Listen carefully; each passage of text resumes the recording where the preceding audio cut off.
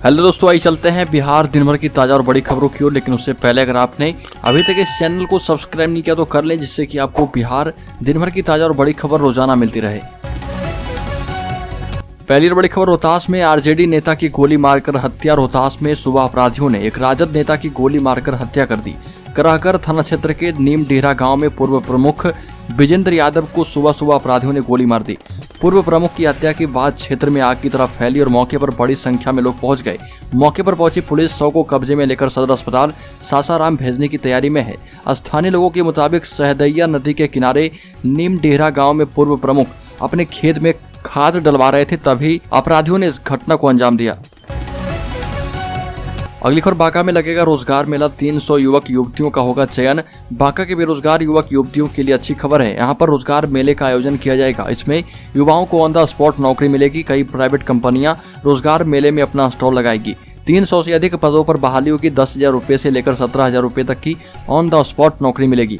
दरअसल रोजगार पाने हेतु इच्छुक शिक्षित युवक युवतियों और जो कि 10th 12th ITI diploma BBA समेत स्नातक पास को लेकर निजी कंपनी में नौकरी पाने का सुनहरा अवसर है और श्रम संसाधन विभाग बिहार पटना सरकार के द्वारा जॉब कैंप लगाकर जो प्रदान किया जा रहा। अगली खबर, छात्राओं को आई लव यू बोलता था शिक्षक, भीड़ ने मुर्गा बनाया। सिवान से एक शिक्षक का कान पकड़कर उठक बैठक लगाते वीडियो सामने आया। बताया जा रहा है कि कोचिंग पढ़ाने वाला यह शिक्षक छात्राओं से छेड़छाड़ करता था। एक लड़की को उसने प्रपोज करते हुए आई लव यू कहा था। इसके बाद लड़की ने अपने परिवार से शिकायत की। बाइक से जाते लोगों ने पहले शिक्षक को रोका और पहले मारपीट की, मुर्गा बनाया और फिर उठक बैठक लगवाई गई। इस दौरान वो लोगों से छोड़ने की गुहार भी लगाता रहा। वीडियो महाराजगंज थाना क्षेत्र का बताया जा रहा सिवान की घटना है। अगली खबर, पटना में जेडीयू की राष्ट्रीय परिषद की बैठक शुरू। बिहार की सत्ताधारी पार्टी जेडीयू ने 2024 के लोकसभा चुनाव को लेकर अपनी तैयारियों में तेजी ला दी है। ऐसे में जेडीयू संसदीय बोर्ड के राष्ट्रीय अध्यक्ष उपेंद्र कुशवाहा ने सीएम नीतीश कुमार के 50 सीटों पर बीजेपी के रोकने का फॉर्मूला बताया और कहा कि सभी विपक्षी दल अगर एक साथ एक मंच पर आ जाएंगे तो सब कुछ संभव है। हम सभी की पहली प्राथमिकता देश से प्रधानमंत्री नरेंद्र मोदी की सत्ता से बेदखल करना है और प्रधानमंत्री उम्मीदवार को लेकर अभी कोई चर्चा नहीं है। अगली खबर, आरजेडी नेता अनिल सैनी की विधायकी जाए की आरजेडी को एक और धक्का लगा। मुजफ्फरपुर के कोढ़नी से विधायक अनिल सैनी को सीबीआई की स्पेशल कोर्ट ने एलटीसी घोटाले में 3 साल की सजा सुनाई। बता दें कि इससे पहले मोकामा के विधायक अनंत सिंह को सजा होने के बाद उनकी विधायकी जा चुकी है।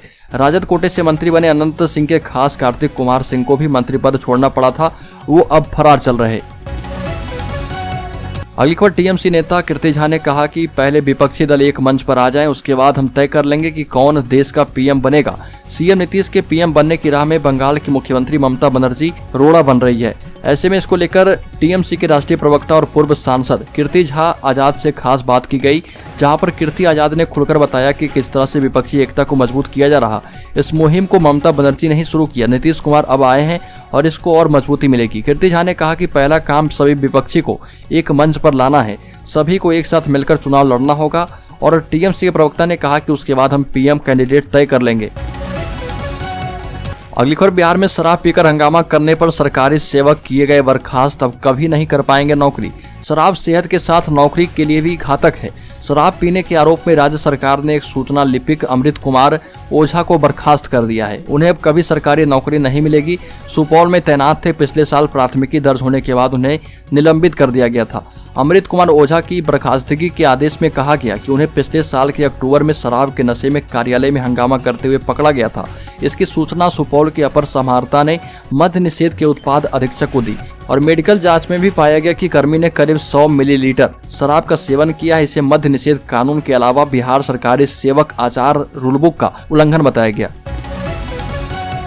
अगली खबर, बिहार सरकार बना रही नई नियुक्ति की नई रूल बुक, इसी आधार पर मिलेगी नौकरी।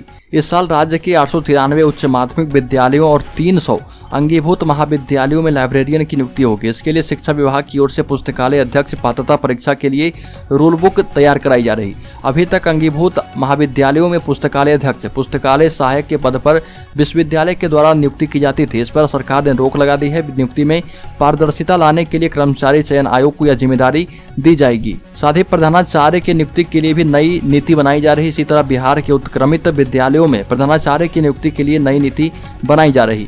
सभी उत्क्रमित स्कूलों में केंद्रीय विद्यालय की तर्ज पर प्रधानाचार्य होंगे।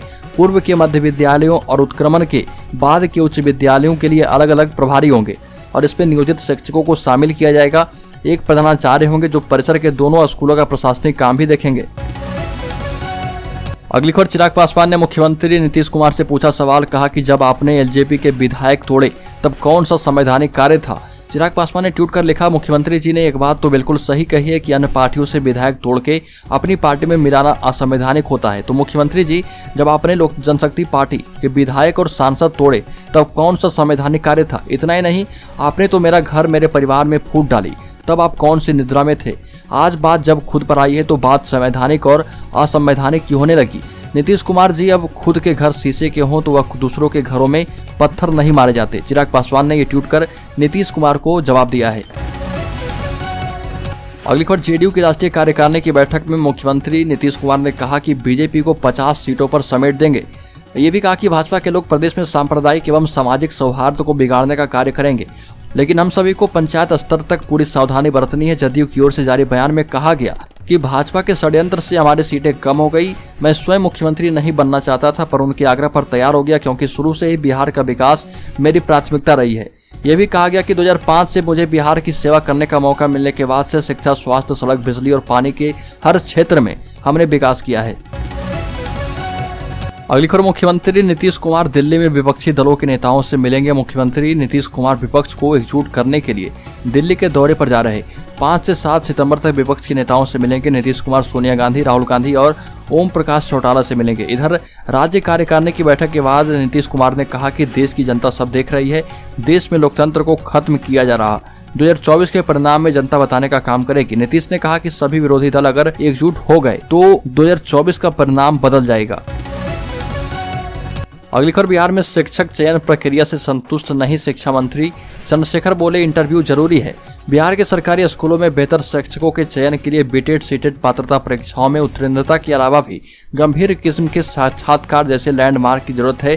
इस दिशा में सरकार गंभीरता से विचार कर रही है। प्रदेश के शिक्षा मंत्री प्रोफेसर चंद्रशेखर ने यह बात विशेष बातचीत के दौरान कही। शिक्षा मंत्री प्रोफेसर चंद्रशेखर ने बताया कि शिक्षक चयन की वर्तमान प्रक्रिया शैक्षणिक गुणवत्ता स्थापित करने में कमतर साबित हो रही है। विज्ञान, गणित और अंग्रेजी जैसे महत्वपूर्ण विषयों में बेहतर शिक्षक न मिल पाने के सवाल पर बताया कि इसके पीछे शिक्षा प्रणाली संस्कृति में कुछ न कुछ कमियां जिम्मेदारियां रही है। हालांकि हम ऐसे शिक्षकों की पूर्ति करने की कोशिश करेंगे। शिक्षा मंत्री ने कहा कि केंद्र राज्य के समग्र शिक्षा अभियान के बजट में 40% तक कटौती कर चुका है। सही मायने में केंद्र नहीं चाहता कि सरकारी स्कूलों में पढ़ाई हो। हालांकि राज्य सरकार अपने वित्तीय संसाधन से बजट की पूर्ति कर रही। केंद्र हिंदू मुस्लिम विवादों को तुल देकर शिक्षा को हाशिए पर पटक देना चाहती है। अगली खबर, बिहार में अब भिखारियों को भी मिलेगा रोजगार। समाज कल्याण विभाग में दी जाएगी नौकरी। राज्य भर में मुख्यमंत्री भिक्षावृत्ति निवारण योजना के तहत भिखारियों को स्वरोजगार से जोड़ा जा रहा। अब तक 207 भिखारियों को स्वरोजगार से जोड़ा गया है, जिन्हें रोजगार के लिए 10,000 रुपये की सहायता राशि दी गई है, जिससे इन लोगों ने भीख मांगना छोड़कर सब्जी, अंडा सहित अन्य तरह का दुकान चलाना शुरू किया है। लेकिन इनमें से कुछ ऐसे भी भिखारी हैं जो स्वरोजगार नहीं नौकरी करना चाहते हैं। वैसे लोगों को एजेंसी के माध्यम से सरकारी दफ्तरों में सफाई कर्मी सहित अन्य कामों पर रखा जाएगा। तो दोस्तों, बिहार दिन भर की ताजा और बड़ी खबरों में अभी के लिए इतना। अगर आपने अभी तक इस चैनल को सब्सक्राइब नहीं किया तो कर लें, जिससे कि आपको बिहार दिन भर की ताजा और बड़ी खबर रोजाना मिलती रहे।